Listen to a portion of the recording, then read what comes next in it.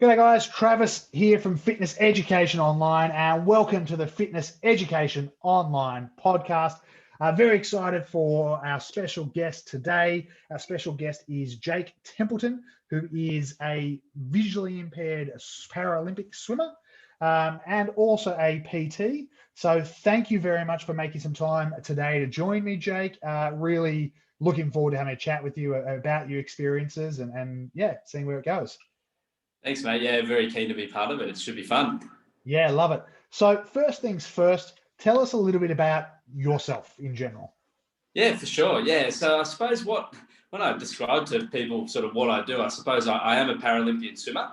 I've been on the Australian swim team since 2014, which is when I made my debut. But I think, like most swimmers, we don't want to just be known as just swimmers. You know, there's many other hours in the day where we do other things as well. So that's my main focus. You know, I'm trying to make the games for Tokyo this year, and then hopefully once that all happens, I want to excel at the games. But also, like you said, I have recently just launched my own online business as well. So I do some PT work online. I also, obviously with the swimming coaching, sort of that realm too, I like to do some swimming coaching too. So I do some face-to-face and I do some online. So I think it works out well. I studied sports science at uni and then had a couple of years off and then sort of, it all just kind of spiraled in last year with the COVID. I studied the Cert 3 and Cert 4 in fitness. And from there, it's taken off. So it's fun. It's given me something else that I can do alongside my swimming to not just fill the hours of the day, but just to give me,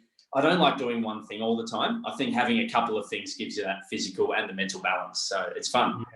Yeah, I think I've known a few swimmers actually growing up, and I had a mate who was trying to qualify for Rio as a swimmer from Tonga. So he was an Aussie guy, but he was representing Tonga, and he went pretty well. He went to the Worlds and a few things like that, and I think he was, just off the actual qualifying time. And it's the work that swimmers put in, the miles or the kilometers in the pool by yourself must be pretty. Having something else to focus on must be pretty important, I would imagine.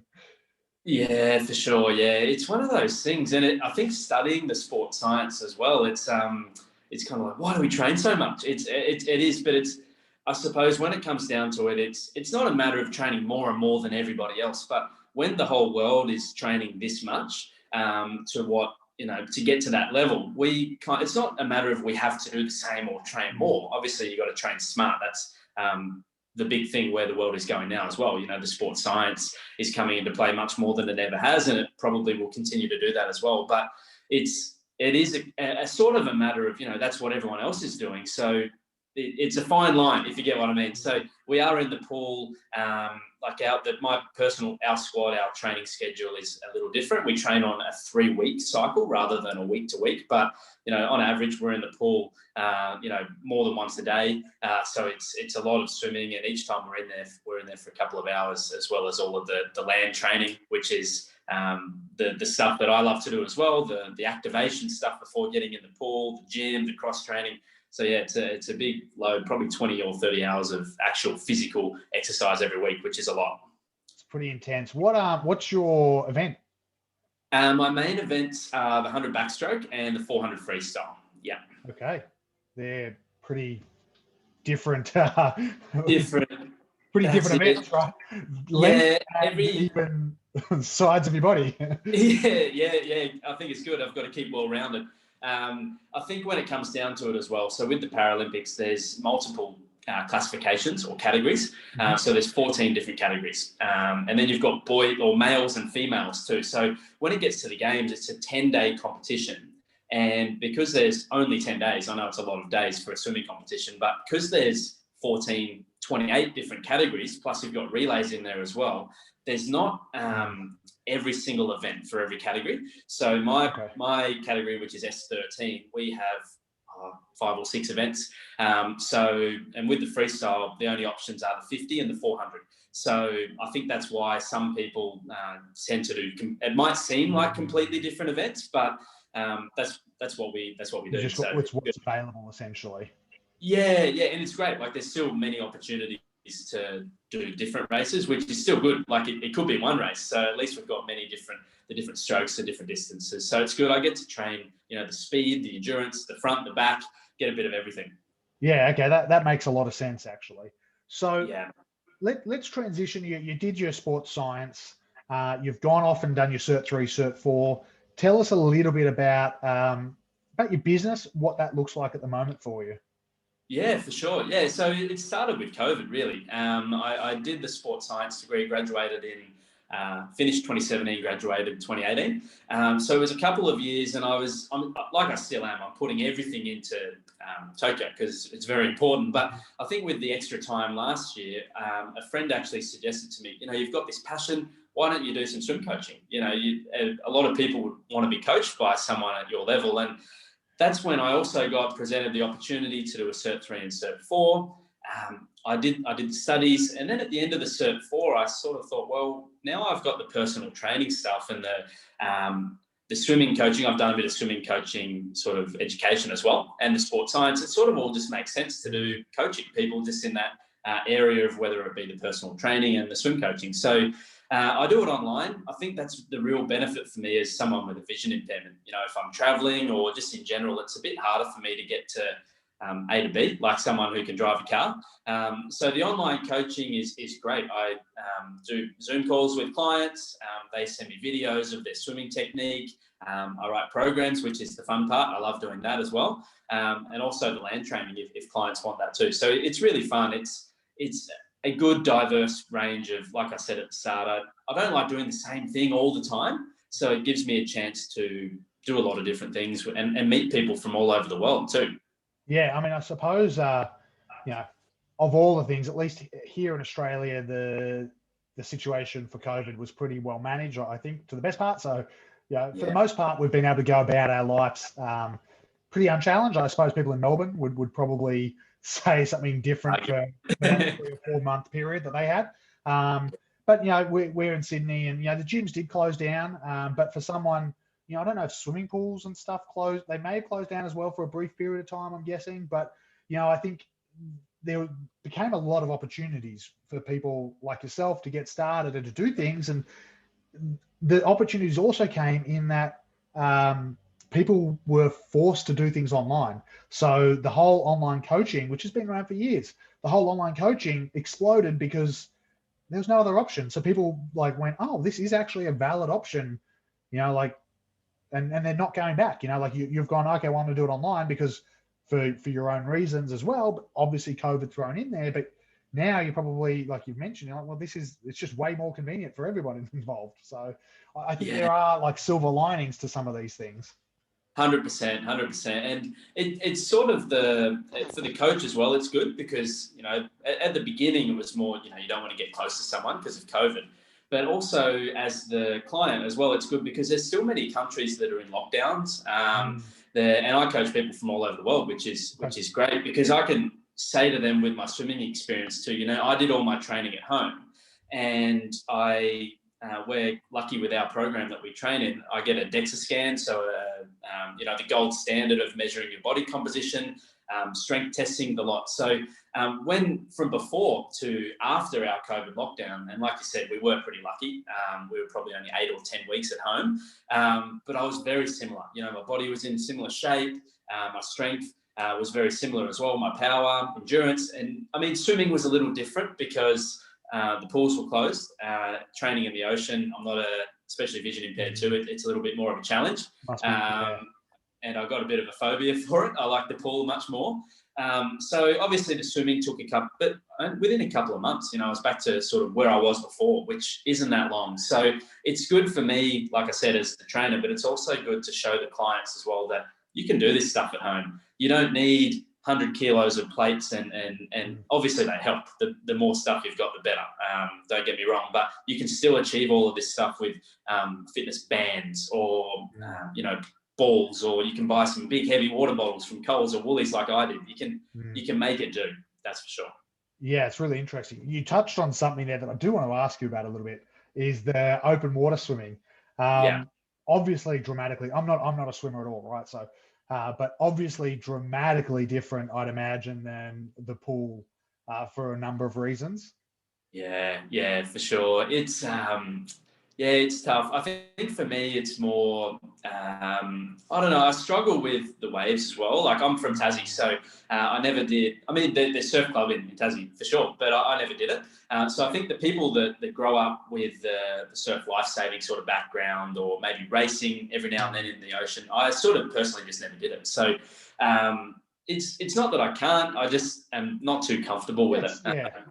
So yeah, I did a bit of it, but it wasn't like, it was good to track it on the watch and everything, but it just wasn't as.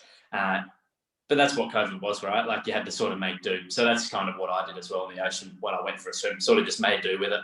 Yeah. Wow. Yeah. I've watched the guys who are out there swimming either in the ocean pools or just in the ocean in general, and I'm just like, man, swimming's tough enough.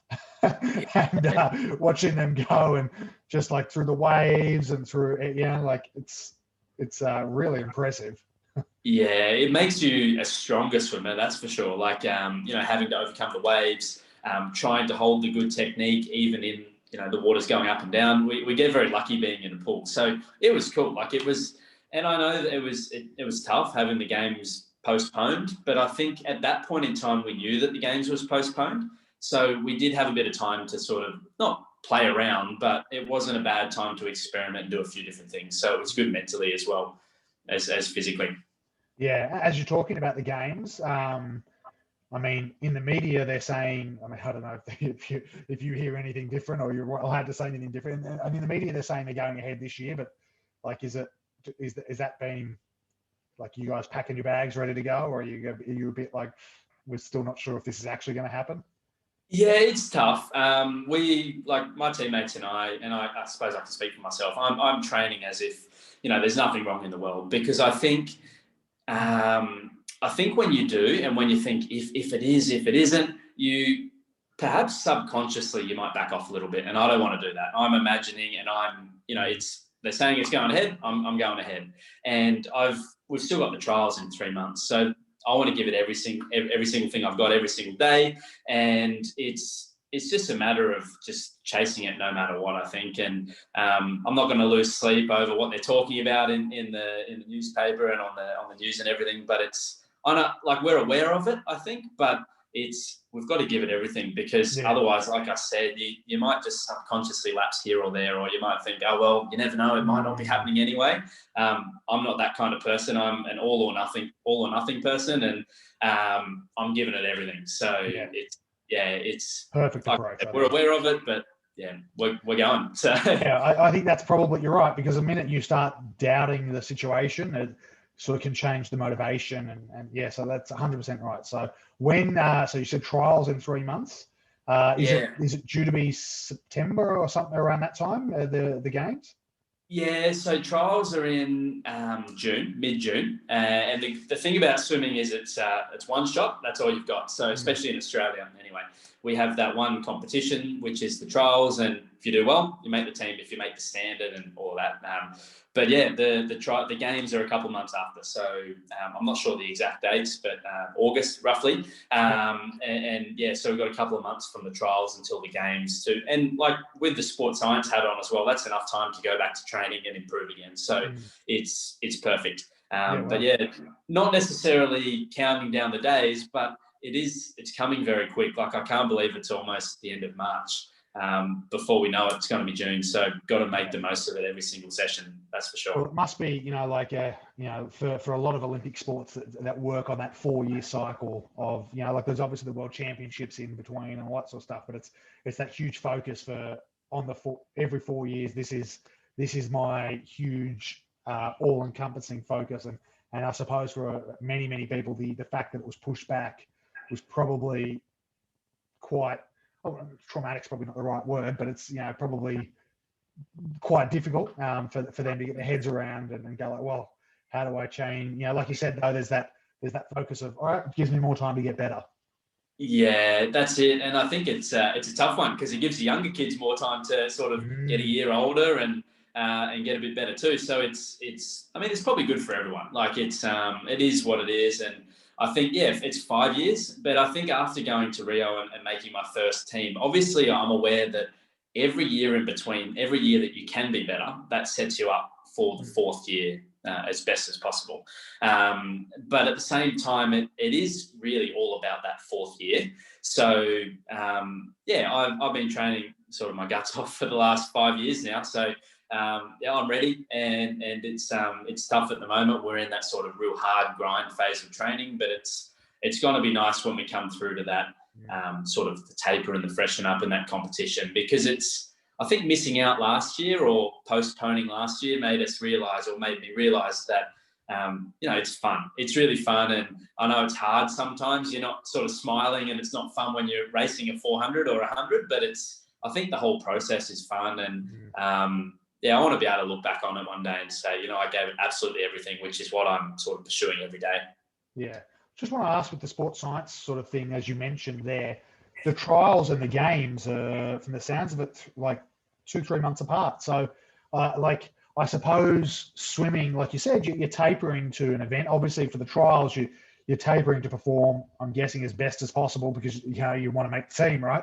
And then if you've got those 2-3 months between, like, I suppose I could be wrong with this, but I suppose with swimming, for example, when you taper for an event, it's not like the sports I know where, I do like martial arts and stuff like that. Like, they're competing twice a year, right? So there's, to be able to cut weight or do stuff like that on your body is quite traumatic. With tapering for an event and then having another event 2 months later, 3 months later, that's obviously not an issue. No, I don't think so. So this year in particular, we have two main competitions, which is the trials and then the games. So I suppose it's similar. It's just a matter of them being 2 months apart. So is that normal? Is that normal on like an Olympic year that they're only 2 months apart? Yeah, well, yeah, for every country has like a different sort of trial meet when it is, or maybe that they might even tell their athletes, you've got from January until June to post time, and we pick all of those. But for us, it's roughly that period. I think they toyed around with maybe a month. Obviously, the Olympics will be shorter. So the able-bodied and the para athletes have the trials at the same meet in June. And then the Olympics is actually before the Paralympics. So the Olympic swimmers, the able-bodied swimmers, will get less time than the para swimmers. But yeah, I think it's quite normal from sort of historically. But yeah, like I said, we've got some competitions from now until trials as well. It's just those ones won't be fully fresh because we are training for June, and then it'll definitely be a matter of getting straight back in. I assume maybe a couple of days off and then straight back in, because I think the motivation levels will be so high from everyone as well, the people that have made it, that it's not going to matter. We're going to want to get it back in, and we're going to want to smash ourselves again and get back to hard yards for that the training period for the games. Yeah, I love it. So let's go back a bit. We'll talk a little bit now on your the visual impairment and getting into swimming, and tell us a little bit about why you got into swimming, a little bit maybe on the visual impairment itself, and just some of that information.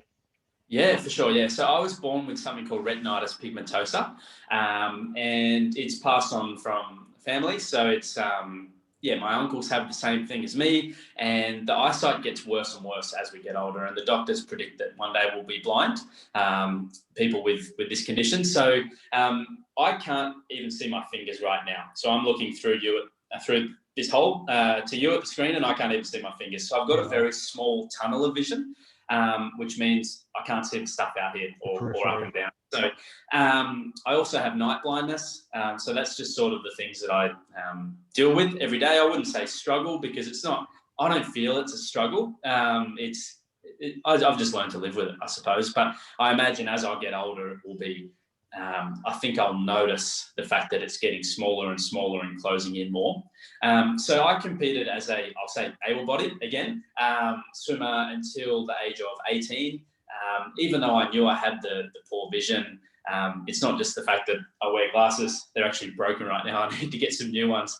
But yeah, I just never considered the Paralympic sport until I was 18. And at that phase, it was probably good because I hit that real plateau. Like, I wasn't really improving. So it was not necessarily getting at the crossroads, but it was a good thing to have this opportunity of para swimming. And considering the para swimming, a family friend actually said to me and my family, why doesn't Jake do para sport? You know, his eyesight's terrible. He might as well just get into the classification process and try and make a team. Like, his times are pretty good. So I did all of that, and almost immediately I made my first team to compete at the Para Pan Packs back in 2014. And yeah, it's been ups and downs along the way. I won't say it. It's not like I've never looked back since, because it has been tough along the way as well. But there's been a lot of great moments too. So yeah, like I said, the vision isn't great, but it's given me some opportunities to compete with people at the same level, travel the world, and meet some awesome, inspirational people as well. I think some of the people with a disability that I've met, I mean, it puts my disability into perspective too. You know, it's tough. I've got things that I deal with daily, but it's pretty cool to see some of the other para swimmers just absolutely smash the day-to-day environment that they live in. Yeah, I can imagine. What I want to, I mean, I don't know if you have an answer to this question as such, but you said you were obviously swimming growing up. 18 went the para side of things. If anyone's listening to this as a trainer, maybe they've got a client who has any kind of impairment, whether visual, auditory, you know, like intellectual or whatever it might be, right? Yeah. Directing them into a competitive avenue. I don't know if you have any answers to that, like maybe you just know from the swimming side of things, but is there any advice you could give a trainer who might have that, or, you know, like maybe they've got a kid or anything along those lines? Yeah, I think firstly, as a trainer, like, I personally don't coach myself, any people with disability, but I train alongside many. So I suppose I can answer. I think the first thing is you got to understand that there might not necessarily just be, for me, the vision that's a challenge, but so many other things as well. So in that daily environment, you know, there's many things like balance. For me, balance is a problem, or just tripping on things that, you know, you might think because I get around and I look like my vision's pretty good, and that's me just being able to manage very well. But in terms of getting into the sport, I think just contact the governing body, you know, whether it be Swimming Australia or Wrestling Australia or whatever it may be, and they'll be able to point you in that right direction. But you know, the classification process is it's not like it's tough. You just got to get all your paperwork, make sure that you can be there on the day when the classification process is. It's a bit of a process, but I wouldn't say it's hard. You just got to get all the right things together and sort of just prove that you've got that disability that puts you into that class. Yeah. It was the story of the volleyball team from somewhere at one point. I think that was a bit of a crazy story. I think it was a volleyball team or a soccer team who were faking it, I think. Yeah, there's always, and that's the thing. I think there's always going to be, obviously it's few and far between, but I just remember this. I just remember this story of, like, I think I want to say it was a volleyball team, but it's a pretty sad sort of crazy events, right? But and that's the thing. I think honesty is a huge thing in Paralympic sport as well, and in sport in general. You know, honest. Fair play in whatever sense of the fair play, the phrase, I suppose. So, it comes into whether it's the para sport or the able-bodied sport. Like, it's you just hope that everyone's doing that, because I think I know for me and people that I train with, we do it fair. You bust your bum every day to give it everything. Yeah, exactly. What I want to add on to that is, obviously you said, you know, you swam and you've been swimming. For you or any of your teammates, what did it mean to be able to compete or find something that you guys could excel, or find something that you could, like, have your own? What did that mean, or what does it mean to some of your teammates as well? Yeah, it's pretty cool. It's pretty awesome to be able to say that we've represented Australia, or even, you know, just competing at the nationals. You know, it's a pretty big feat in itself, and I think that's something that we might even take for granted every now and then. Just getting to nationals. You know, there's kids fighting and people that are fighting to get to nationals, and we're so lucky the situation we're in. So I think it's just a matter of just appreciating and putting things into perspective every single day. You know, if it's a hard session, or if, you know, you didn't race so well, it's you've always got the next one. And I think that's the great thing about sport. You've always got that next one to look forward to. So I think for me, trying to, make it my own is really good, because swimming is good. You can focus on yourself. You can just make it the journey that you want. And I think it's a matter of the habits that you build, the things that you do in day in and day out. You might not feel like it at the time, that they are going to affect the race at the end, but they really, really do. So I think that's I know my team does it, and that's what I love to do. Just, really take it step by step, because you can definitely get caught up in the big picture sometimes if you let your mind do wandering things. Yeah, just because you said it then made me think of it. Are you familiar with the book Atomic Habits by James Clear? I'm not, no. So he's someone who researches and wrote this book around habits. And I don't know whether he was with them, but it had something to do with the British cycling team. So in the lead up to the London Games, apparently the British cycling team had never won any medals, right? And in the lead up to the Games, they implemented this sort of strategy that was sort of like 1% better. And they were looking at every aspect of their life and seeing where they could improve by 1%. So whether that be the mattresses they slept on, the pillows they used, the obvious would be on the cycling would be the bikes or the helmets or the whatever, but like it was every little aspect. Like it could have been the pedals, and they just went at like their, as I said, the one that stands out to me was the sleep, that they traveled with specific mattresses and stuff like that. So when they had to go somewhere, they got it, like they took their own mattress with them, and all that sort of stuff. And this 1%, and the focus was these incremental differences that make the big picture, like you just mentioned there, all these little incremental steps that improve the big picture of performance. And it's highly recommended. James Clear, Atomic Habits. Yeah, I'll check it out. That's something I need to do in general, read more. So I'll also, when I say read, I listen to it. I don't read that often. I listen to a lot of audiobooks. I definitely, quite often I'll say read, but I listen to it. I think we had a mini sort of debate within our group as well, because we've got all the different disabilities. Is an ebook still classified as reading? And I can't remember the result that we came up with, but I think that suits me as well with the vision. So I think it's so true. Like, and people don't give things enough of a trial to realize if it's working. You might say, I'm going to try this pillow because it might give me 1%. And they might try it for one night and think, that was no good. I trained terrible the next day. And then they throw it out. I think you've got to give something. I think the more time is better as well. Coming back to the COVID thing, we had an extra year. So I think having that extra time is good to sample things. Maybe I wouldn't try something new 2 weeks before a trials or a games or something like that. But you've really got to give things a go to realize if they work or not. It's really, really interesting. As I said, highly recommend. I don't know if he was responsible, but he was definitely researched it and was involved with the London side of things, like at least a research on it. Very interesting. What I'd like to hit on there is, just because we're on the topic, what would you say some of the habits that you have or that you use that are, setting yourself apart from maybe you don't see yourself set yourself apart from the average person, but what are some of your habits that are sort of Olympic habits, so to speak? I think one thing for me is doing things when no one's watching. So I think at the pool, I pride myself on training hard to start. Doing all the right things while I'm there, getting there nice and early to do all my preparations, the stretches, the stuff that the physio's given me, all of this. But I think it's the other things as well.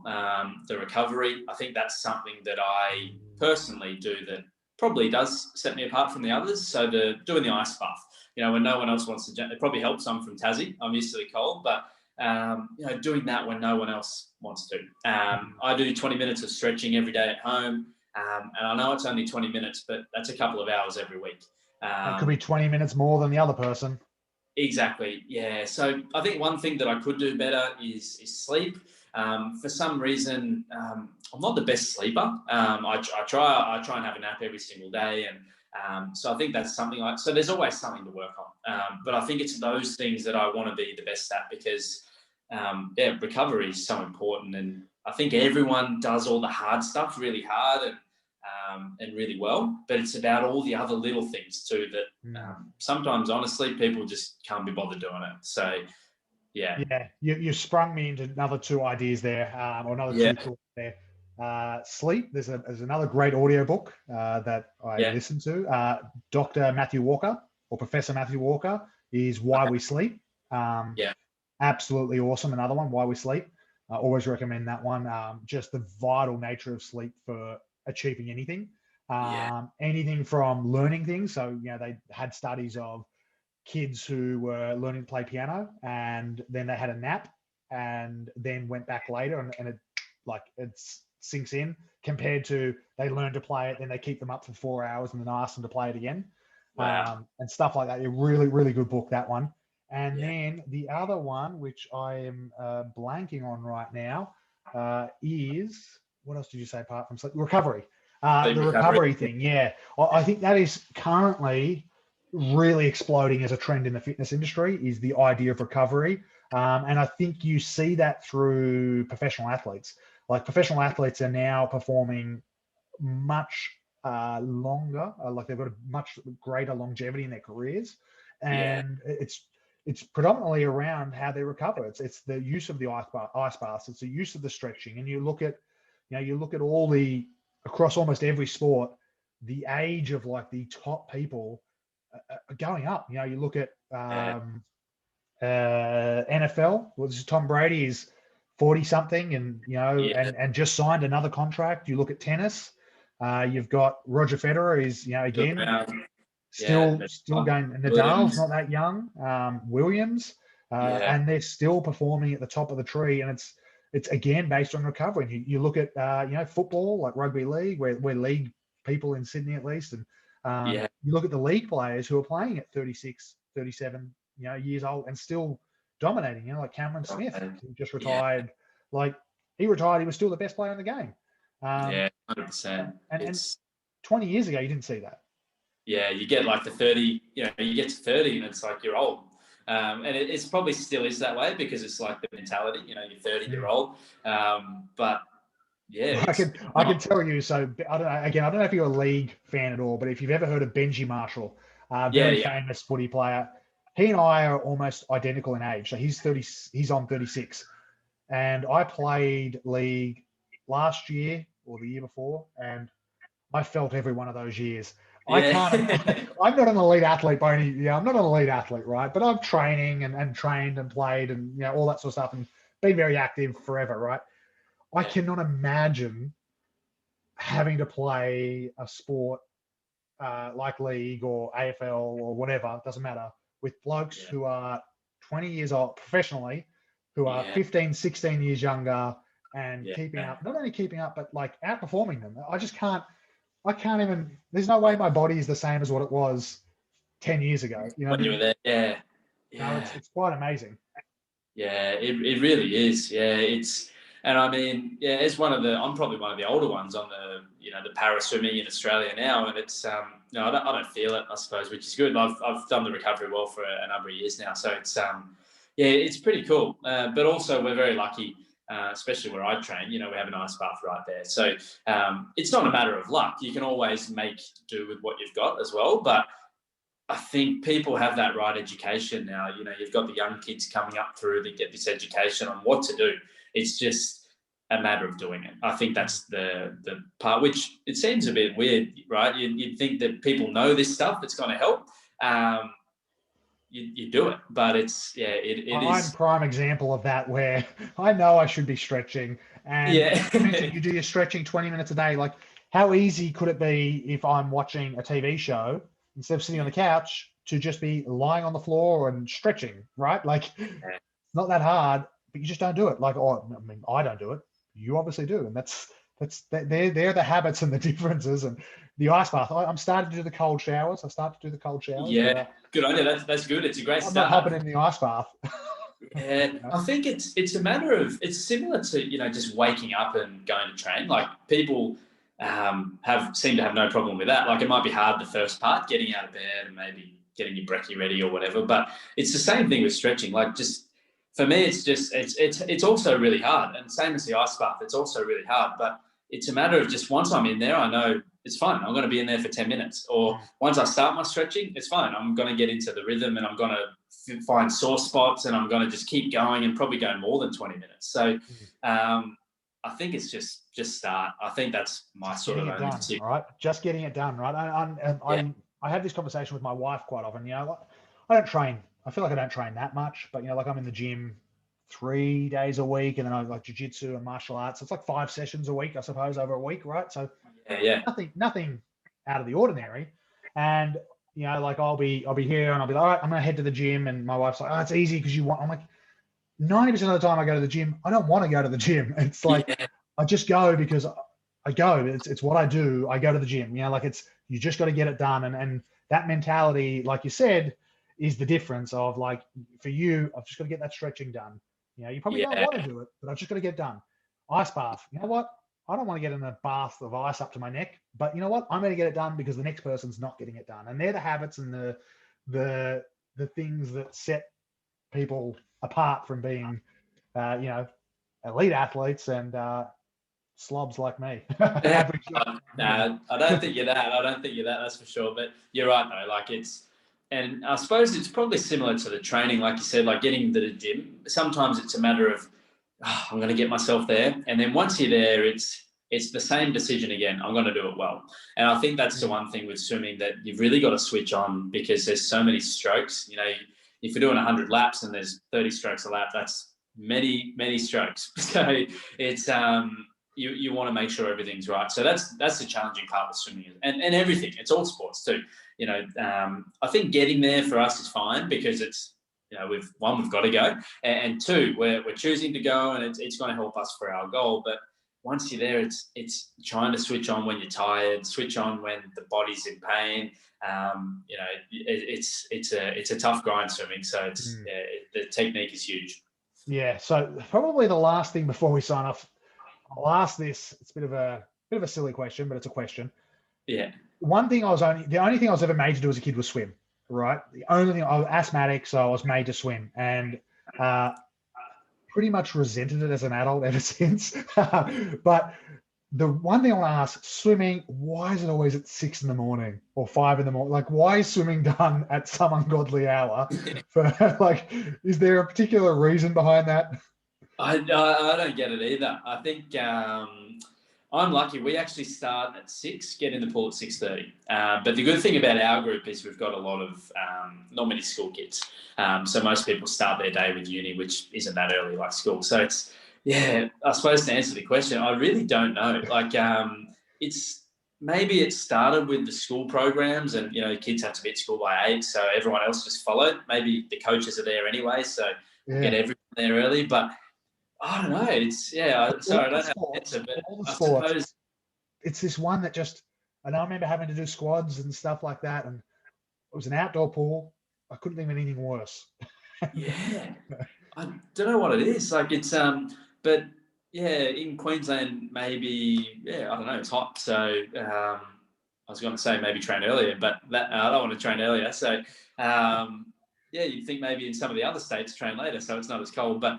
Yeah, I really don't know. But I think in terms of the hardest part to swim, I think it honestly is the tiredness, the waking up early every morning. I'm not a morning person, but I'm also not the opposite. I'm probably in the middle somewhere. But, I think a lot I can deal with the pain, the soreness, everything else. I think the hardest part is being tired every day.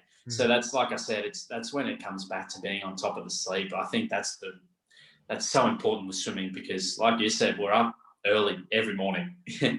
Yeah.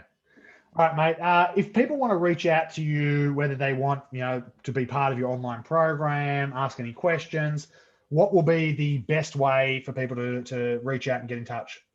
Yeah, for sure. Yeah, so I have Instagram at Jake Templeton 23, so you can find me there. I also have Facebook as well, Jake Templeton. I've got my online swimming group. I've got over 5,000 people in that group now, where I provide free swimming advice to people if they're interested in give it a plug. Learning some swimming. So it's called pool swimming advice, tips for all levels. So yeah, put an invite or request, and I'll let you in. And yeah, always welcome to coaching new people. It's really amazing, and I love. The more diverse, it's better. It's fun. It's really good. So no matter what level, it's awesome. Love it. I'll make sure we get those links from you. We'll throw them in the links at the bottom of the episode as well. Jake, thank you for your time today. Yeah, real pleasure to speak with you, and yeah, best of luck for June and then August or July when the games are. Thanks, mate. I appreciate it. It was really fun. It was great to meet you as well. Love it. Cheers, mate. See ya. Cheers. Bye. Bye.